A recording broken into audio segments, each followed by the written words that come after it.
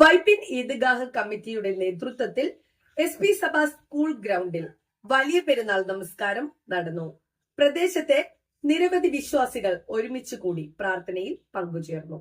സാഹോദര്യത്തിന്റെയും ഐക്യത്തിന്റെയും സന്ദേശം ഉയർത്തിപ്പിടിച്ചുകൊണ്ടായിരുന്നു ഈദ്ഗാഹ് നടന്നത്.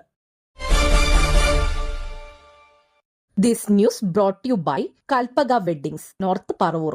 ദൈവകൽപ്പന പ്രകാരം മകൻ ഇസ്മായിലിനെ ബലി നൽകാൻ തയ്യാറായ ഇബ്രാഹിം പ്രവാചകന്റെ തുല്യതയില്ലാത്ത ത്യാഗത്തിന്റെയും സഹനത്തിന്റെയും സ്മരണയിൽ മുസ്ലിം സമൂഹം ഈദുൽ അസ്ഹ അഥവാ ബലി പെരുന്നാൾ ആഘോഷിച്ചു.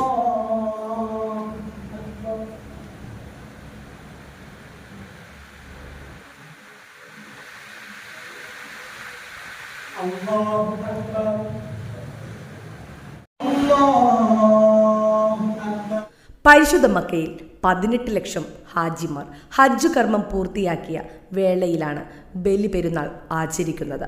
സുഗന്ധദ്രവ്യങ്ങൾ പൂശിയ ഉടയാടകൾ അണിഞ്ഞ് വിശ്വാസികൾ ഈദ്ഗാഹിലും മസ്ജിദുകളിലും പെരുന്നാൾ നമസ്കാരം നിർവഹിച്ചു. എടവനക്കാട് വാച്ചാക്കൽ SP സഭ സ്കൂൾ ഗ്രൗണ്ടിൽ വൈപ്പിൻ ഈദ്ഗാഹ് കമ്മിറ്റിയുടെ ആഭിമുഖ്യത്തിൽ നടന്ന ഈദ് പ്രാർത്ഥനയിൽ ആയിരങ്ങൾ പങ്കുകൊണ്ടു.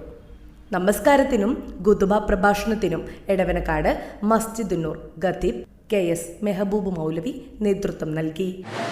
ഏറ്റവും പവിത്രവും അനുഗ്രഹീതവുമായ ത്യാഗത്തിൻ്റെ സഹനത്തിൻ്റെ ഓർമ്മകൾ ഉണർത്തി ഒരിക്കൽ കൂടി ബലിപെരുന്നാൾ നമ്മെ തേടിയെത്തിയിരിക്കുകയാണ്. ഇന്ന് മുസ്ലിം കേരളം ബലിപെരുന്നാൾ ആഘോഷിക്കുകയാണ്. എൻ്റെ ശബ്ദം ശ്രവിക്കുന്ന മുഴുവൻ സഹോദരങ്ങൾക്കും ഐക്യത്തിൻ്റെയും സ്നേഹത്തിൻ്റെയും കാരുണ്യത്തിൻ്റെയും സഹവർത്തിത്വത്തിൻ്റെയും ഈദ് ആശംസകൾ ആദ്യമേ നേരുകയാണ്. അല്ലാഹു നമ്മെ അനുഗ്രഹിക്കുമാറാകട്ടെ. അല്ലാഹു അക്ബർ അല്ലാഹു അക്ബർ അല്ലാഹു അക്ബർ ലാ ഇലാഹ ഇല്ലല്ലാഹു അല്ലാഹു അക്ബർ അല്ലാഹു അക്ബർ വലില്ലാഹിൽ ഹംദ്. തക്ബീർ എന്നത് കേവലമൊരു ശബ്ദമല്ല, അതൊരു പ്രഖ്യാപനം കൂടിയാണ്. അള്ളാഹുവിന് നന്ദി കാണിക്കുന്ന ഒരു പ്രഖ്യാപനത്തിനാണ് തക്ബീർ എന്ന് പറയുക.